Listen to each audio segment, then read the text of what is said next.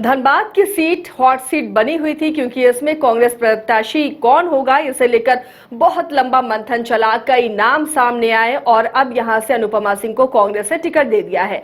Ticket मिलने के बाद अनुपमा सिंह धनबाद भी पहुंची, जहां इंडिया गठबंधन के तमाम सहयोगी दल जेएमएम, कांग्रेस और राजद, इन तमाम कार्यकर्ताओं ने उनका स्वागत भी किया है। ढुल्लू महतो के खिलाफ भी उन्होंने यहां कहा कि अब सही लोगों को जनता चुनेगी और संसद में भेजने का काम करेगी। लेकिन एक नाम जो लगातार जिसकी एंट्री के बाद धनबाद और ज्यादा सुर्खियों में था, वो है सरयू राय, जिन्होंने यहां से ताल ठोका था चुनाव लड़ने का। सीधे सीधे तो नहीं, लेकिन इशारा दिया था कि अगर कोई मजबूत कैंडिडेट कांग्रेस नहीं देगा तो यहां से वो चुनावी समर में कूदेंगे। अब जब उनसे पूछा जा रहा है कि अनुपमा सिंह के आने के बाद उनका निर्णय क्या होगा, वो खुलकर चुनाव नहीं लड़ने की बात नहीं कह रहे।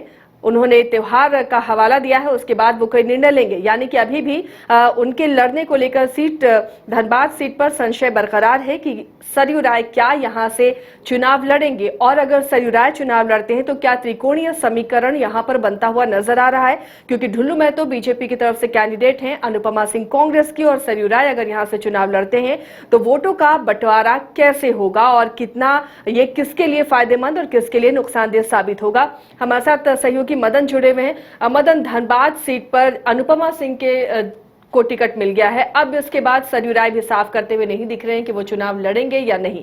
ऐसे में किस तरह का समीकरण वहां देख रहे हैं और आगे क्या राजनीति होगी? क्या वाकई सरयू राय यहां से चुनाव अब लड़ेंगे? देखिए, सरयू राय एक लंबे अनुभव वाले राजनीतिज्ञ हैं और ये इसलिए कहा जा सकता है कि वो वहाँ के लोगों के फीडबैक पर ही वो निर्णय लेंगे कि वो चुनावी मैदान में उतरेंगे या फिर वो पीछे हट जाएंगे।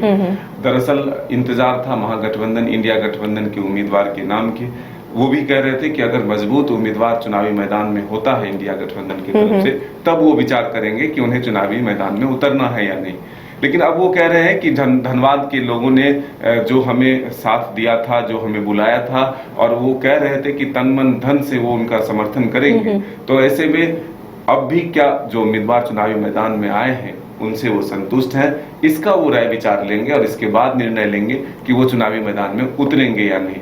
वो कह रहे थे कि ढुल्लू महतो के खिलाफ हम लगातार आवाज उठा रहे हैं, लेकिन बीजेपी की तरफ से कोई नेता कुछ बोल नहीं रहे हैं, चुप्पी साधे हुए हैं। तो ऐसे में जरूर वहाँ की जनता ने जब हमें बुलाया और हम उनका साथ हमें मिला है, तो हम बीच मैदान से नहीं भाग सकते हैं। इंतजार है, त्योहार के सीजन है, त्योहार खत्म हो उसके बाद हम धनबाद के लोगों के साथ बैठेंगे और फिर निर्णय लेंगे। हालांकि उन्होंने यह बात भी कहा कि अनूप सिंह लगातार उन्हें फोन करके उनसे मिलने की इच्छा जता रहे थे। अनुपमा सिंह और उनके परिवार के लोगों से सरयू राय का क्या रिश्ता है, ये भी जानने की कोशिश लोगों ने किया, हमारे संवाददाता ने भी की। तो उसके बाद उन्होंने कहा कि स्वर्गीय राजेंद्र प्रसाद सिंह जी, वो उनके एक अच्छे मित्र थे।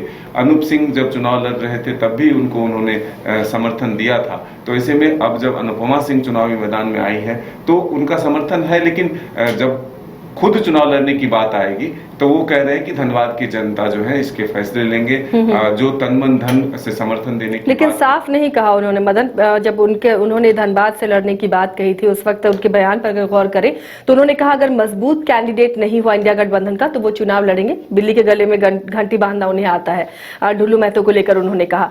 तो क्या अनुपमा सिंह को वो मजबूत कैंडिडेट नहीं मानते हैं? क्योंकि वो पहली बार राजनीति में उनका अनुभव होगा अनुपमा सिंह का, कोई दागदार छवि उनकी है नहीं, लेकिन क्या मजबूत प्रत्याशी वो नहीं मानते हैं, इसलिए वक्त ले रहे हैं कि वो चुनाव लड़ने पर विचार करेंगे? बिल्कुल, ये जरूर है कि अनुपमा सिंह जब चुनावी मैदान में उतरी है तो अब सरयू राय भी अपने स्तर से मंथन करेंगे, वहां के लोगों से फीडबैक लेंगे, क्या वो संतुष्ट हैं कि नहीं, क्या अनुपमा सिंह के चुनावी मैदान में आने से जो दिक्कतें थी वो उनका दूर हो जाएगा, या फिर सरयू राय पर ही उनका भरोसा है कि नहीं सरयू राय ही चुनावी मैदान में उतरे। तो ये आने वाला वक्त बताएगा कि आखिर अगर वो चुनाव लड़ते हैं मदन, तो नुकसान किसे होगा, किसके वोट बैंक होगा? ये एक तरह से कहें तो खास करके जो फॉरवर्ड कास्ट के वोट हैं वो सरयू राय को मिल सकता है। ऐसे में सरयू राय ज्यादा नुकसान अगर कहें तो वो बीजेपी को भी पहुंचा सकता है और कांग्रेस को भी पहुंचा सकता है, क्योंकि फॉरवर्ड वोट जो है वो दोनों तरफ शिफ्ट होते हैं। जो ओबीसी समाज का वोट है वो भी बंटवारा हो रहा है, क्योंकि दोनों ओबीसी समाज से आ रहे हैं। तो ये नहीं, धनबाद में खास करके पिछड़ा और अगरा की जब लड़ाई होगी तो नुकसान ज्यादा दोनों कांग्रेस के अग्र होगा। समाज से हैं तो वोट कांग्रेस इनका को ज्यादा नुकसान होगा।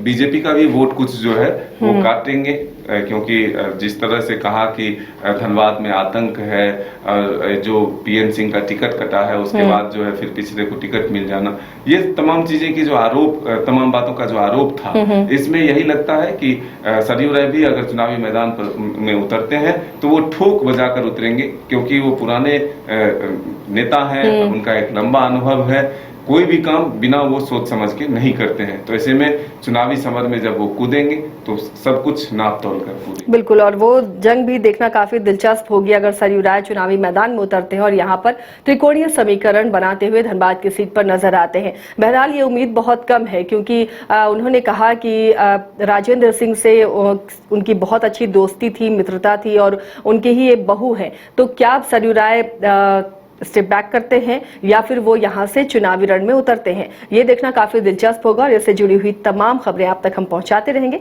देखते रहिए न्यूज़ 22 को। ये गर्मी, बड़ों का बुरा हाल है तो सोचिए बच्चों का क्या हाल होगा। निरस और बोरिंग समर को बनाना हो हैपनिंग तो सीधे चले आइए वाइल्ड वादी वाटर पार्क। गर्मी में आपके मस्ती का डेस्टिनेशन, जहां है water park, fun zone, tempo line, साथ में hunting house, flower park, rope course और bird park. Monday to Friday only 300, शनिवार रविवार 400 में।